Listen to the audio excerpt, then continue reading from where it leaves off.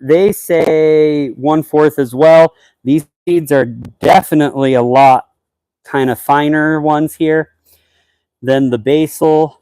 So I'm just going to kind of sprinkle some here.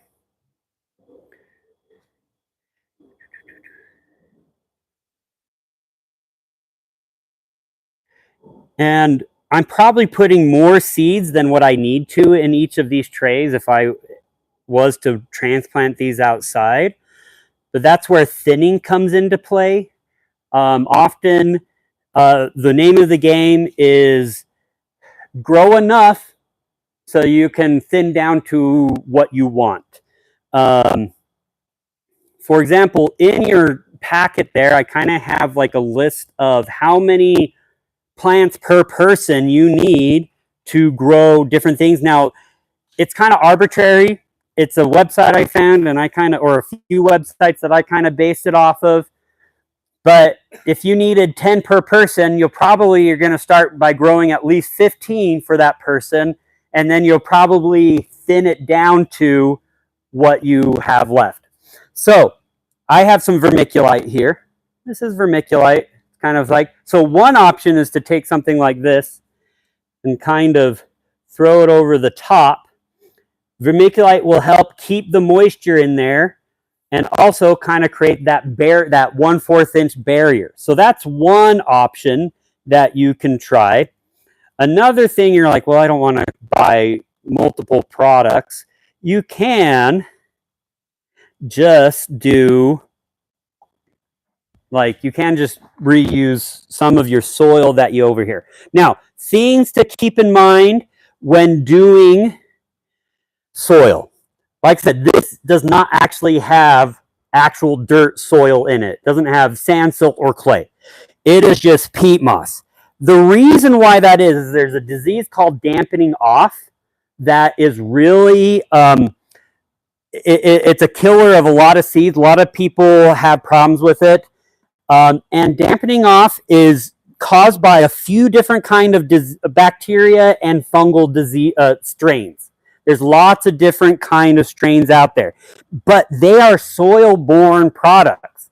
And because it's soil-borne, that it comes from the soil. So normally you want to seed with something that is soilless so that you can kind of avoid that problem. But this medium can still hold that disease, but it's not because it came with it. It's because something that you were growing with was contaminated. So if you had an old container that you had put dirt in before and you didn't sanitize your container with bleach or something before using it, there might be that bacteria that can cause dampening off in that container. So then when I put my soil in it, it got that bacteria in it. Or if I am watering with like a hose that I leave on the ground and the hose bib is in the dirt or on the ground. So like in a professional garden center, if you always hang your hose because you don't want that bacteria or fungus to get onto the end of the top. Same things with like watering cans and things like that. Now, typically at this stage, instead of using a watering can to water them, typically we will use more like a sprayer. So I've already got the soil wet, so I don't necessarily need to water it. The soil's wet, but because I want those seeds.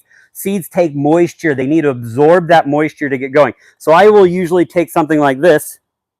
Let's get it going here. There you go. And kind of water it like so, that top surface where the seeds are. And I'll usually get it pretty wet because I really want those seeds to get that moisture to start that germination process. Now, you can water with a hose or with like something like that, especially as the seeds get a little bit more established. But I do find this is usually the better way of doing it. I'm going to demonstrate with this one really quick, just to kind of show some, like, if you're like, I don't have a sprayer, I need to water it. A lot of people usually will have the hose down, but that kind of sometimes, and this one's a pretty hard, but sometimes that can be, even that amount of water can be too jarring on little seeds. So sometimes if you flip it over, so it kind of goes up and over, it kind of lightens that up a little bit sometimes. So that's kind of a trick of the trade a little bit. The other thing to keep in mind with seed trays, when you are, they don't need sun at this stage because the seed has all the energy it needs in there to grow. So you could put it in a dark location. And it's not until it really starts getting true leaves. So the first leaves that pop up are called the cotyledon leaves or the seed leaves. Those aren't real leaves. After those first leaves come up, it'll send out actual leaves, and they usually look different. And those are the true leaves. Once you start getting true leaves, you need to make sure it has a proper amount of light to grow. But when you're first getting going, you're kind of waiting for, you're trying to get it to that stage of true leaves. Even after it has true leaves, the root system is still probably pretty fragile. So you just want to be careful about the watering. You don't jar it. So the misting can still be good. And then you also kind of want to be like, oh, I lost my train of thought. Like, you just want to, you can start fertilizing at that time when you get true leaves. If you put fertilizer on right now, it's not going to do anything. If anything, it's going to cause problems because you're putting nutrients in a soil and things want to use that nutrients. But if the plant's not using it, what else is going to use it? Maybe bacteria, diseases, and things like that. So normally you don't want to fertilize at this stage. And if you do fertilize it, you want to wait until at least there's 2 full true leaves, actual leaves on the plant, not the coddling leaves, but the true leaves. And I would recommend something kind of like this one or this one. These are seaweed. This is like kelp and crab kind of fertilizer. And what these are like a really low. This is a 0.10, 0.44. It's a really small amount of nutrients. Okay. So, because I don't want to shock my plants. So if you do fertilize when they start getting those true leaves, I recommend something more substantial. Now you can use a normal fertilizer. You would want to use liquid though for seeds. Make sure it's a liquid fertilizer. You can use a normal fertilizer, but you would have to maybe dilute it by half or third of its normal strength. So if the thing said, oh, do a tablespoon per gallon, do a half a tablespoon or a fourth of a tablespoon kind of thing to dilute it so you don't shock your plants as they're growing. Now, as these grow and they start putting true leaves on, it'll probably take several weeks. I would say if depending on how you planned it out or how early you started growing it, this tray here is a pretty small thing. So it might start filling that up pretty fast. So if I'm not ready to plant it outside and I'm starting to get a decent sized plant, I may need to pot it up. So like you can pot it up to another size. Obviously if I pot it up to this one, but I do it way early, then I'm going to have to pot it up. Obviously these take up more space. So again, planning your gardening so that it's ready to plant, it's ready to transplant, so you don't have to do this next stage is what I recommend, so that you can kind of control, you're not taking over your kitchen table or your counter space with all these plants kind of idea. So having a little bit of foresight and planning in there can be helpful. But transplanting it, I usually say you're waiting at least 5-ish weeks before you're transplanting it up or transplanting it outside, usually, or you're waiting until you have about 3 to 6 real leaves on the plant. So 3 to 6 real leaves or 5-6 weeks before transplanting in most cases.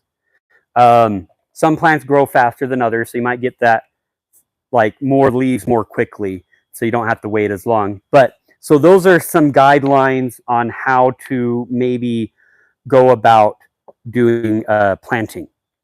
I'm going to open up questions. Yeah. That's where I fail all the time with my tomatoes.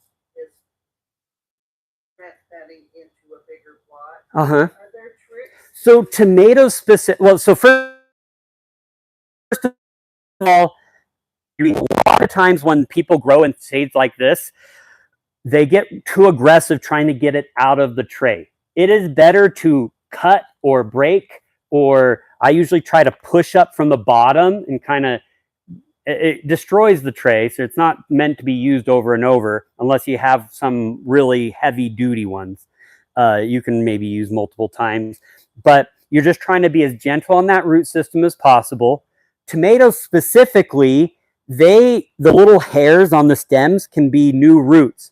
So often if you have a substantial tomato, you can plant it below the soil line that's in this pot. So you can plant it deep, and then that encourages it having a better root system. So tomatoes, there's a trick that you can plant it deeper, and it helps it give a better root system. So in Utah, how big do you want your tomato plant to be before you plant it outside? 3 to 6 leaves. So I would, if it's just small, yeah, even if it's just small, as long as it has 3 solid, like actual leaves, you're probably okay planting it outside if the temperature and situation is right to plant it. If you need, if you're like, hey, it's not quite ready to plant, but it's starting to get too big for this little container, then that's when you would need to maybe pop it up into a new container to kind of help with that. Does that make sense? Any other questions about seeds and starting seeds and all that jazz? Okay. So, let me make sure the only other thing I wanted to talk about specifically about Utah, or another main thing I wanted to talk about, is heat protection. We often think, oh, we're a cold climate. We live up in the mountains. A lot of people know about protecting their warmer climate produce in the spring and in the fall to extend that time period to grow things. But often people kind of bypass heat exhaustion. Okay, plants. I see this every year with tomatoes. Every year I have someone coming in like, why is my tomato not growing? And that is often it's because of heat dormancy. Like plants, when it gets too cold, they go into a dormancy. A lot of plants go into a heat dormancy when it gets too hot. Usually that's around 85 to 90 degrees temperature. Anything above 85, 90, definitely above 90. Sometimes some plants are sensitive at 85. They kind of shut down. They're conserving water. They're kind of, we're like, okay, nope, I'm not going to grow flowers. I'm not going to grow fruit. I'm just going to hunker down and get through this heat. Okay. And I see this with tomatoes a lot. They hunker down, and then people are like, they have green tomatoes on them. Why aren't they ripening? Okay. There could be multiple reasons, but one that I think is common in Utah, just because we're a desert and how hot our summers get here, is they go into a heat dormancy, and they just kind of shut down. They're kind of conserving energy, and then once it starts cooling off, all of a sudden they start to produce, or they start to take off. But depending on how long of a summer we have, sometimes they start producing too late, and then winter hits, kind of idea. So things kind of like cooler. This right here is this one is a 30% shade fabric. Okay. Now you could use natural things as shade, trees, shading an area. Now tomatoes, for example, they are a full sun plant, and what that means is 6 to 8 hours of sun.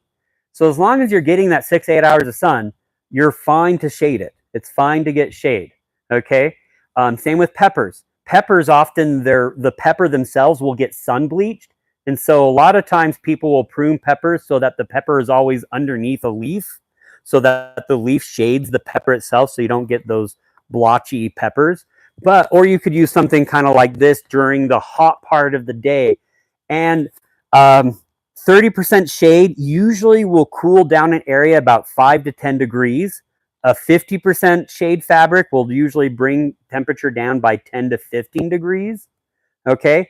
And it's not like a tree shade. It still lets a lot of the needed sun through. It just kind of cools that area down. So that's just something to kind of keep in mind in Utah with how hot our summers can get sometimes. Vegetable gardens, although typically you're like, oh, I need that open space, a lot of sun. Yes, generally speaking, most tomato vegetable plants like that.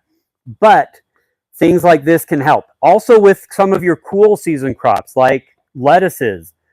If you want to keep them from bolting when it gets really hot, they just shoot straight up. Doing something like putting a shade fabric structure over them to kind of give them a little, to kind of cool them off, bring that temperature down, will hopefully prevent them from bolting as soon, allowing you to maybe harvest them a little bit longer. So there's a lot of different little like tips and tricks. I just wanted to make sure I kind of go over that with sun protection. Because I see it every year. I see plants that are like, what's wrong with my plant? I'm like, sorry, it's just what it is. So I'm going to kind of wrap it up right now. I'm going to open it up just for general questions. Anything about what we talked about, or if you had anything specific that you're hoping to get out of this class that I haven't gone over, we're just going to open it up and talk. Yeah. So one of the problems that we face is the wind. Mm-hmm. It's very windy where we're at in West Jordan, so I feel like our garden gets just windy. Yeah. Yeah, wind is definitely like different parts of Utah. It's just like a wind corridor. The best I can say is there are some plants that can kind of handle that wind better than others. So you could try to kind of narrow down what works. But when it comes to wind, just trying to do some kind of plant something that softens that wind. So if, let's say this is a fence and it's a solid fence. When that wind hits it, what does it do? And then it goes, and it actually makes kind of a funnel, and it works. So something solid is not a good windbreak. So things that are more permeated, like that kind of goes through, is going to be a better as a windbreak if you're trying to create a good location for a garden. So some like shrubs, trees, things that that wind has to kind of work through. If you do decide to do a solid structure, it's better to do something that's more like has little gaps in between, or something that when that wind hits it, it doesn't just go around it. It kind of has to, and then it kind of slows that down through the gaps of the fence. So something that's going to kind of, but that's the best thing you can do with wind damage, is just kind of do things to minimize that wind stress. Obviously, things when it's like a dry wind in Utah, make sure you're watering as well, because sometimes the damage is, yes, the wind kind of throws it back and forth, but that wind can sometimes strengthen them. But where the damage comes from wind is often drying out, because it's kind of like how your hands dry out when that cold wind in winter. That same thing, that hot wind can kind of suck out the moisture out of the leaves. And so they're trying to keep themselves hydrated as well. So making sure you water them. Yeah. Any other questions? Yeah. Could you tell me a little bit about the plant acclimation or hardening up? Hardening up. Oh, that's a great question. Yeah. So growing things indoors or in a greenhouse. Obviously, it is, whether it's in your house or in a greenhouse, it is a protected environment. And right now, if I put this in my house, it's going to be 65, 70 degrees in my house consistently. But, I want to get my tomatoes out early. I want to get them out when it's 50 degrees and put a hot cap on them. But there's definitely, even with the hot cap, that swing of temperature between night and stuff still might be strong, different than this consistent home temperature that I have in my house.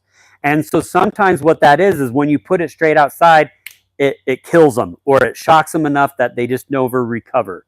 So hardening off is the process of trying to expose your plants to the elements, to their new environment that they're going to be living in. And that could also be wind kind of thing. So Usually, typically what it is just putting it out for a few hours, bringing it back in. The next, after doing that for a day or two, putting it out for 3 hours or 4 hours, and then bringing it back indoors. And you're just trying to slowly expand it, kind of that time frame, until you can put it outside at all times. But that's also with sun. Okay, if you are in an indoor environment and you're just getting the sun through the window, and all of a sudden you put it outside in full sun, like a tomato that wants full sun, that transition from a filtered light inside a home to full sun can also be bad. So also, as you're putting it outside and bringing it indoors, you want to kind of put it outside, maybe in a more shady location when you first start. But as you put it outside and as you extend that, maybe put it in more filtered light, like underneath a tree. Maybe put it in something that's only filtered for part of the day, but it gets some direct, matches the environment that you are wanting to grow in.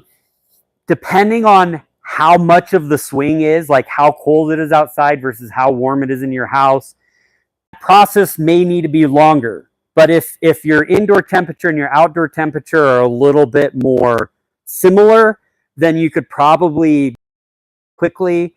But the sun thing, like temperature isn't the only one. It's also sun and environment and wind and those kind of things that can sometimes shock a plant.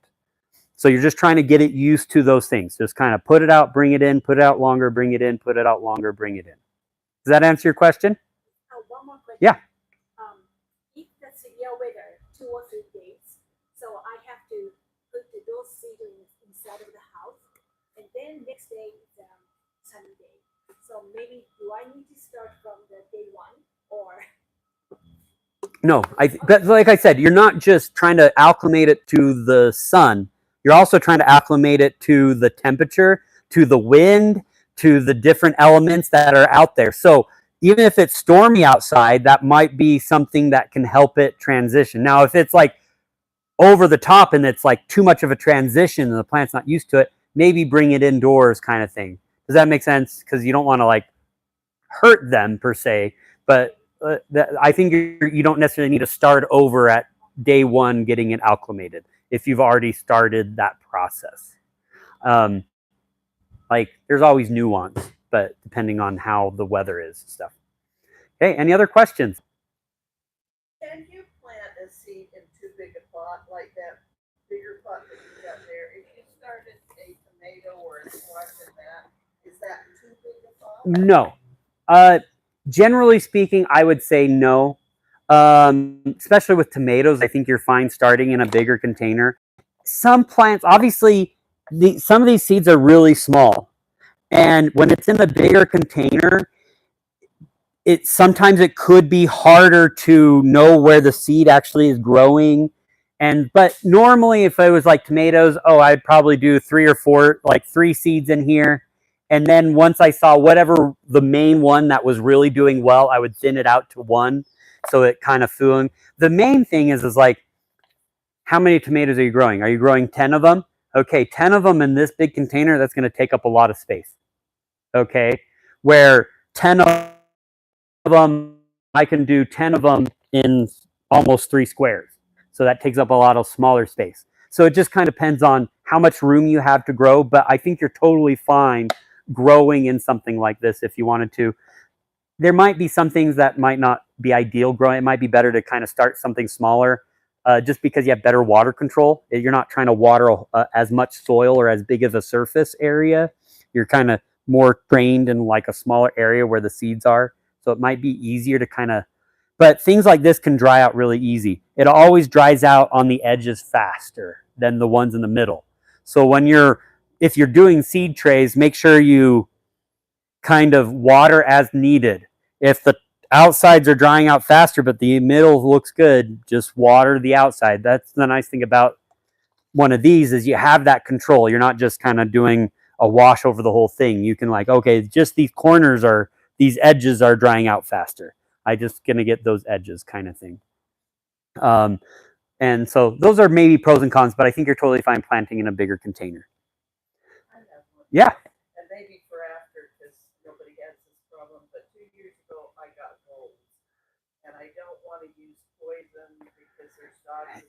Yeah. If you have voles and you don't want to use poison, you can try trapping and release. Or the only other option is creating some kind of barrier. Or there's kind of two options. One, there's deterrents that aren't poisonous. You could kind of put it in the soil, and there's like castor oil and things like that.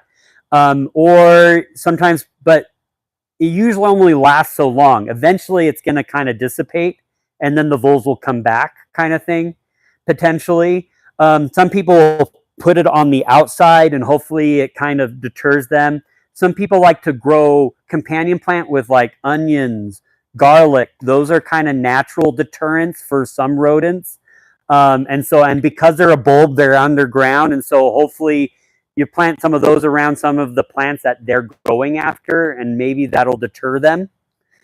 Or you can just do an underground fence, essentially, where whatever plants that they tend to go for, digging down, putting some kind of like chicken wire or something below the surface, so when they dig, they get bound up and they can't get past that barrier.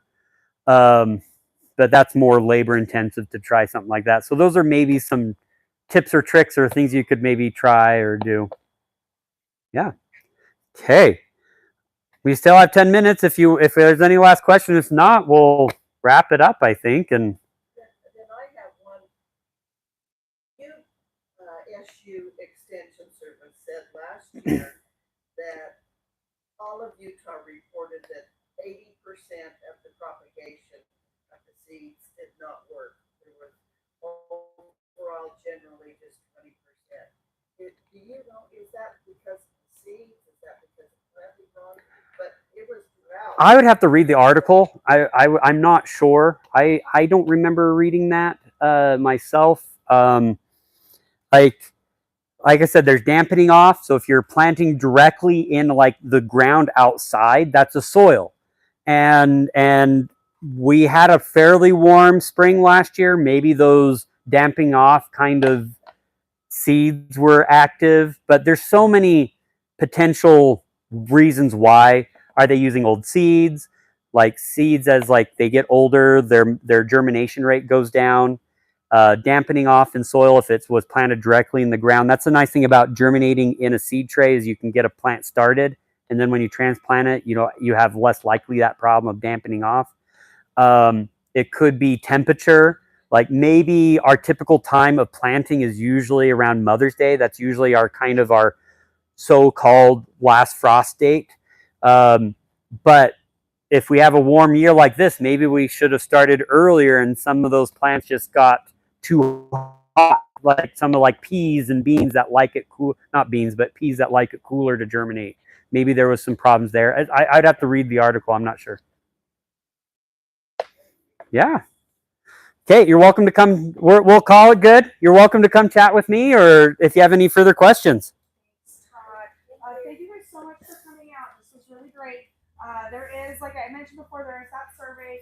If you feel inclined to fill it out, it's just for me, so I appreciate it. You can just leave your clipboards and pens and those seed packets just on the chair. I'll come take care of them later.